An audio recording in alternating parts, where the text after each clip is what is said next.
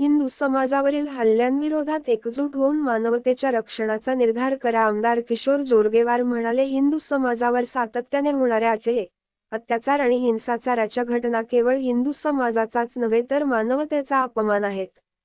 हिंदू धर्म हा सहिष्णुता, शांती आणि अस्तित्वाच्या मूल्यांचा प्रचार करणारा धर्म आहे. परंतु बांगलादेशातील काही विघातक शक्ती या मूल्यांना पायदळी तुडवत आहेत. मतदारे उद्ध्वस्त केली जात आहेत. निष्पाप नागरिकांवर हल्ले केले जात असून त्यांच्या धार्मिक स्वातंत्र्यावर गदा आणली जात आहे.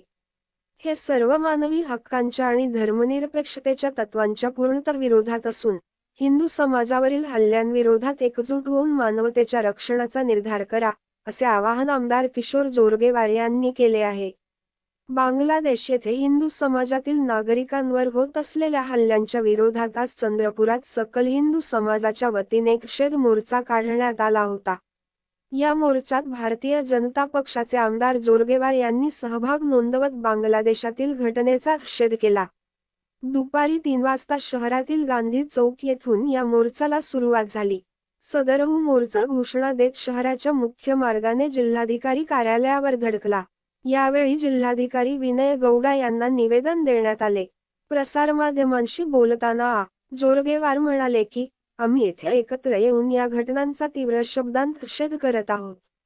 बांगलादेश सरकारने त्वरित पावले उचलून या घटनांना आळा घालावा आणि दोषींवर कठोर कारवाई करावी, अशी आमची मागणी आहे.